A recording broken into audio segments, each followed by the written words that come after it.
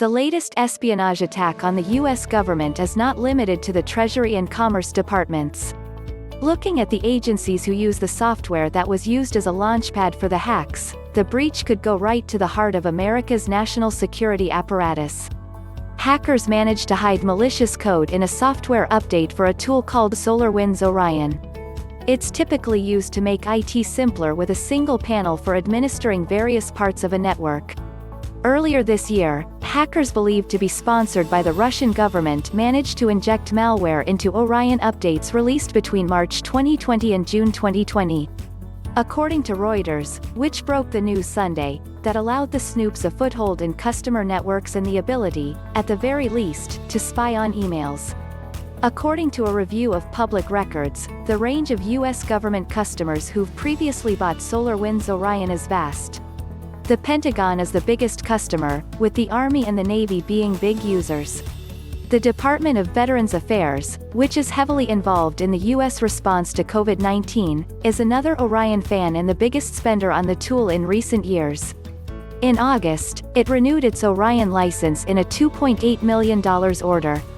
The National Institutes of Health, DHS and the FBI are also amongst the many branches of the U.S. government that have previously bought the tool.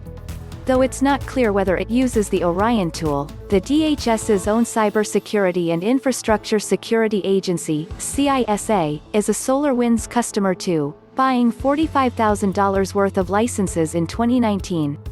The U.S. Cyber Command also spent over $12,000 on SolarWinds tools in the same year. SolarWinds, a publicly listed Austin, Texas-based company with a value of over $6 billion, has its own customer list, though it doesn't break down which products clients use. That list includes more than 425 of the Fortune 500, all major U.S. telecoms providers, the top 5 U.S. accounting firms, hundreds of global universities, the NSA and the White House. The immediate impact will be operational. CISA has recommended government agencies stop using SolarWinds Orion. The compromise of SolarWinds Orion network management products poses unacceptable risks to the security of federal networks, said CISA Acting Director Brandon Wales.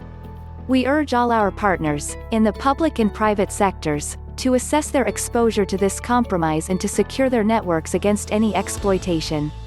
The attack will likely have a global impact, according to FireEye, which last week was the first to admit being a victim of this vast espionage campaign. The UK's National Cyber Security Centre (NCSC), a branch of Signals Intelligence Agency GCHQ, said it was monitoring the fallout. It's also recommending that anyone running the SolarWinds system ensure that they're installed behind firewalls and disconnected from the internet.